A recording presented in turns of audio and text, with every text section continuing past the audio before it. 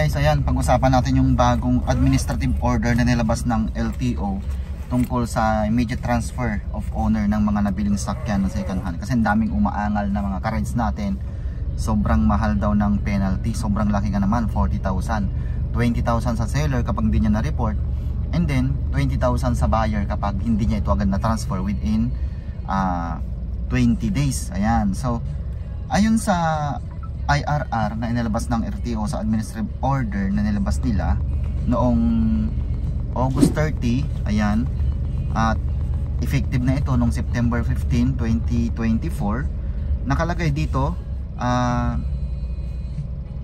title niya, Guidelines in Immediate Transfer of Ownership of Motor Vehicles and Registration. So ito para sa mga bili ng second hand na motor. Then nakalagay dito sa coverage ng batas na ito, all motor vehicle including electric and hybrid vehicle with existing registration. Basta lahat ng sasakyan na mayroong rehistro sa LTO ay covered nito. So ibig sabihin 4 wheels, ayan, kahit na mga electric vehicle daw, hybrid, ayan. Pangalawa, all motorcycles, either 2 or 3-wheeled motor vehicle as defined in section 3 of Republic Act 11235 with existing registration. So ito naman ay para sa mga motor, tricycle, e-trike, ganyan, basta mayroong rehistro o meron na dating rehistro sa LTO. So ito ha, malinaw, 4 wheels, lahat ng sasakyan basta may existing registration sa LTO.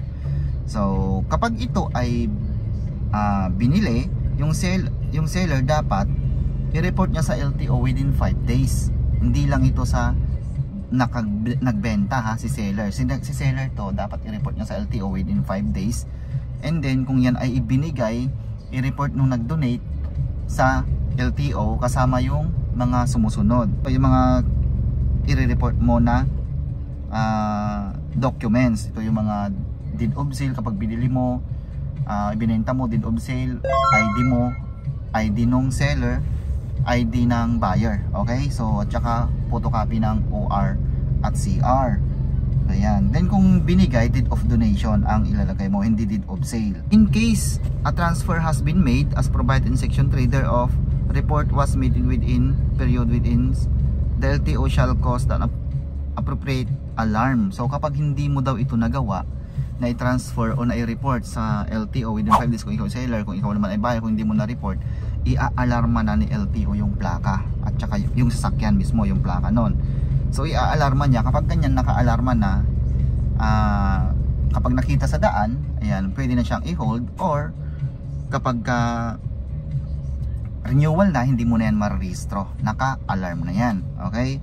So sa part naman ng driver's license, hindi lang yung sakyan ang i-alarma ha, pati yung driver's license, yun yung mabigat, okay? So kapag hindi mo na, kung ikaw si seller, hindi mo na report within 5 days, i-alarma yung sakyan na binenta at yung driver's license mo. Kung ikaw si buyer, hindi mo na transfer within 20 days, i-alarma yung sasakyan at saka yung driver's license mo. Kasi ang nakalagay dito, kailangan driver's license ang ipipresent na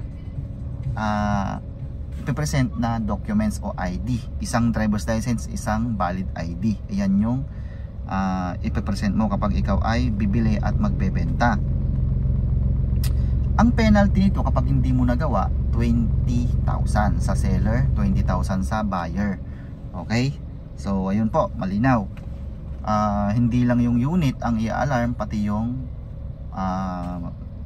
lisensya mo. So hindi mo to marirenew kapag sakaling ganon may alarma, o hanggat hindi mo nasisettle yung alarm, yung penalty na, which is 20,000 sa seller, 20,000 sa buyer. Kaya daw ginawa itong administrative order na to, batas na to, dahil sa mga naglipa ng mga double owner o multiple owner ng sakyan na hindi natatransfer. So nakailang owner na, mayroon daw mga 10 owner na hindi pa rin natatransfer kasi nangyari daw ito, nahihirapan silang mag-trace kapag may na-involve sa accident or kalokohan, krimenyong sasakyan o motor, kasi ang liable pa rin dito ay si seller. So ang batas na ito, ang pinoprotektahan nito ay si seller, kasi kawawa naman daw kasi naibenta na tapos siya pa rin yung hinahanap. So ang inaangal ng mga ibang ka-rides natin sobrang laki ng penalty. So baka naman pwede na yung 1,000 kasi hindi naman lahat ng bumibili ng mga sasakyan na yan o motor na yan na second hand mapipera. Karamihan dyan, karamihan sa atin, karamihan sa amin bumibili dyan para lang may pang service sa araw-araw, para hindi mahirapan mag-commute. So yun yung purpose ng karamihan. So hindi agad natatransfer dahil kinapos na rin sa pera, sa pinambili. Minsan nga installment pa yan nakuha na second hand. So yun yung ilan sa mga reason. Yun nga lang, naaabuso kasi daw, yun sabi ng LTO, kasi nga ilang owner na hindi pa rin natatransfer para daw maiwasan yung ganon, kasi para hindi sila mahirapan mag-trace. Kaya lang sobrang laki naman yung 20k sa seller at saka sa buyer. Baka pwedeng i-alarma na lang muna yung motor, hindi marehistro, or yung sasakyan hindi marehistro hanggat hindi ito natatransfer. So mas okay na lang siguro kung ganon. So para sa mga mambabatas natin dyan, total mag-e-election naman, baka dito na kayo magpasikat. Ayan, attention sa mga politiko dyan na lalo na sa mga congressman, senador na tumatakbo. Baka naman pwede nating anuhin to, pwede na yung balangkasin to, lalo na sa mga nakaupo pa na mga tumatakbo ngayon. Baka pwede naman pag-aralan natin kasi sobrang mahal nga naman yung penalty. Nabili mo yung motor 10,000, 15,000, tapos magpe-penalty ka ng 20,000. So parang talo ka pa, tapos ma-alarma pa yung lisensya mo kung saan ginagamit natin sa pag-araw-araw, pagtatrabaho, hanap buhay. So ayun, sobrang mahal lang talaga yung mga penalty. So ang sabi pa sa interview, ito madami kasi hindi nakakaalam akala nila usap-usapan lang. So pero ito talaga in-interview na dito si undersecretary ng LTO. Base sa interview sa kanya, so within 5 days nga kailangan na talagang dahil batas naman na daw talaga yan dati. Within 5 days kailangan daw matransfer dahil batas na daw yan dati. So parang ini-strict implement na lang nila. So ayan, pero sabi naman ng mga iba, bakit hindi pagtuunan ng pansin yung mga plaka, lisensya na kulang-kulang ang card, kulang-kulang ang plaka, hindi na ibibigay. Bakit daw yan yung pinagtutuunan? So yan yun din yung mga hinaing ng iba nating ka-rights. So bakit daw ganon? So ayun, yun naman sa mga nakabili ng mga previous, yung hindi pa na-implement itong administrative order na to, sabi ng LTO, binibigyan sila ng palugit. So hindi naman klinaro dito kung ano yung palugit o hanggang kailan yung palugit para i-transfer yan. So yun yung malabo din, di ba? So ayun, makamagugulat ka naman, nag-present ka na mag-transfer na tapos may penalty ka na pala ng 20k. Sobrang laki nun, di ba? Sobrang hassle nun. So ikaw naman na seller na matagal mo nang nabenta, so pwede nyo pa rin naman daw yan i-submit.